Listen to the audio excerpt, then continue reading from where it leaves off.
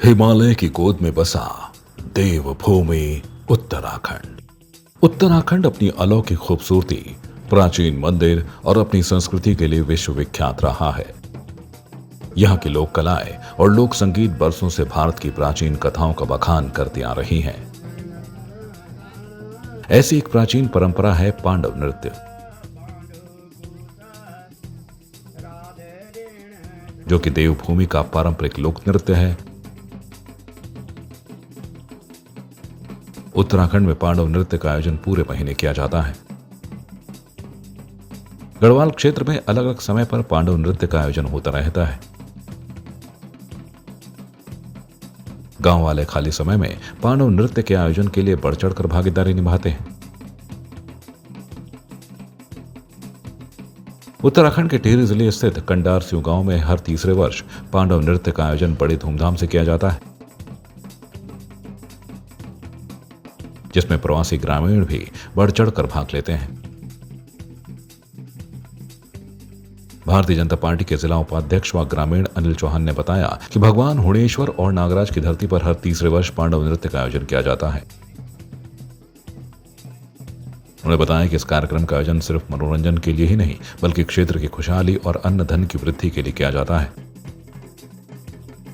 इस 9 दिवसीय आयोजन के बाद ही क्षेत्र में धान की कटाई मंडाई का कार्यक्रम किया जाता है।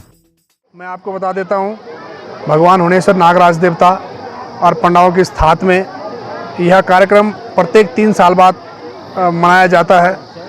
और यह कार्यक्रम केवल एक मनोरंजन के तौर पर नहीं मनाया जाता, बल्कि यह कार्यक्रम क्षेत्र की कुशलता के लिए, क्षेत्र के अन्न के भंडार, धन के भंडार भरे रहे और बहुत अच्छा क्षेत्र में समृद्धि रहे, इसलिए यह कार्यक्रम मनाया जाता है। यह कार्यक्रम आज 9 दिवसीय कार्यक्रम था। आज इसका समापन हुआ। भगवान हुणेश्वर नागराजा की क्षेत्र छत्र छाया में भगवान हुणेश्वर नागराजा जो है इसको एक दिन देते हैं, एक समय देते हैं, तब उसके बाद ही यहाँ पर इस क्षेत्र की धान की कटाई और मंडाई का कार्यक्रम शुरू होता है और भगवान हुणेश्वर नागराजा संपूर्ण क्षेत्र को आशीर्वाद देने का कार्यक्रम करते हैं। पांडव नृत्य कार्यक्रम समिति के अध्यक्ष दिनेश नेगी और डॉक्टर देव सिंह कंडारी ने बताया कि यह परंपरा पांडवों के काल से चली आ रही है। इस धार्मिक परंपरा को आगे बढ़ाते हुए बासरपट्टी के कंडारसिंह, पोनी और तोनी गांव के ग्रामीण लोक विरासतों को जीवित रखने का कार्य कर रहे हैं, जिसमें गांव के युवा से लेकर बुजुर्ग तक हर कोई इसमें भागीदारी निभा रहा है।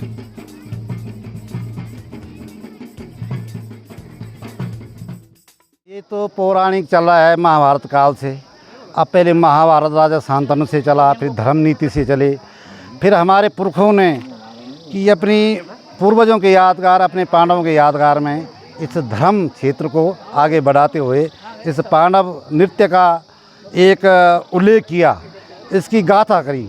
जैसे माँ द्रौपदी और 5 पांडव वरदानी पुत्र थे और धर्म की उनकी जीत हुई।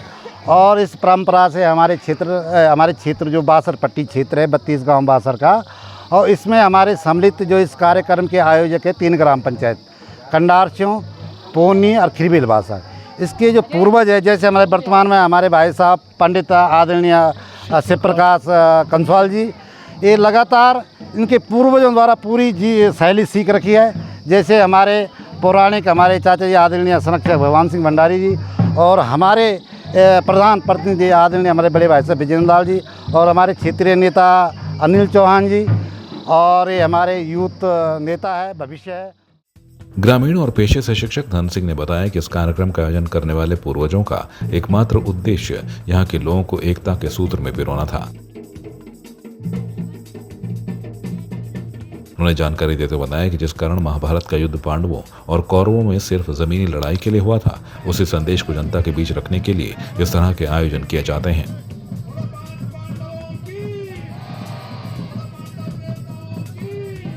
जिससे समाज में आपसी बैर न हो, बल्कि सभी लोग एकता और प्रेम से रहें, आपसी स्नेह और भाईचारा बना रहे। इसीलिए इस तरह के कार्यक्रमों का आयोजन किया जाता है। मेरे दृष्टिकोण से तो जो इसका मुख्य कारण है, ये कार्यक्रम जो है केवल जिनके द्वारा प्रारंभ किया गया था कई वर्षों पहले, तो उनका मुझे लगता है कि एकमात्र उद्देश्य रहा कि स्थानीय जो जनता है उसको एकता के सूत्र में पिरोना। और इसलिए उन्होंने क्या है ये जो महाभारत जो महाकाव्य है उसके कथानक से इसकी संकल्पना ली। और जिस प्रकार से महाभारत में आपने देखा होगा उसका जो कथानक है वो ये प्रस्तुत करता है कि उसमें जो दोनों पक्ष थे कौरव और पांडव, उनके बीच जो है ज़मीन को लेकर बहुत विवाद हुआ, झगड़ा हुआ और अंततः युद्ध हुआ। लेकिन उसी के एक संदेश को प्रेषित करने के लिए कि जो महाभारत है वो एक शांति संदेश है।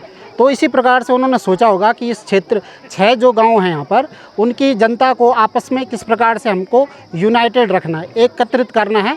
तो उससे सबक लेते हुए, उसका एक संदेश प्रेषण करते हुए उन व्यक्तियों ने, उन महान विभूतियों ने, हमारे पूर्वजों ने इस कार्यक्रम का प्रारंभ किया।